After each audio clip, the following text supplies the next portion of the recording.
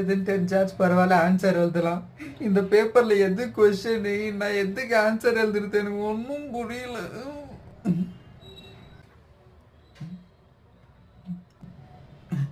மச்சான் படிச்சு வந்துட்டான் போல, வந்து பார்த்து எழுதிடலாம்.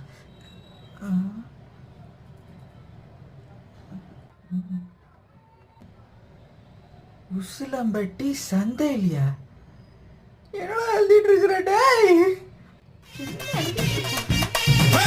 உசிலம்பட்டி சந்தையில வசியம் பண்ணி போறவள ஊசி குத்தும் பார்வையால உசிர குத்தி போறவள.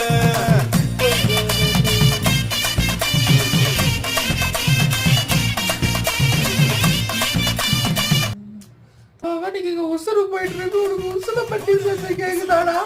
சார், இவன் எக்ஸாம் ஹால்ல உசிலம்பட்டி சந்தை எழுதிக்கிறான் சார்.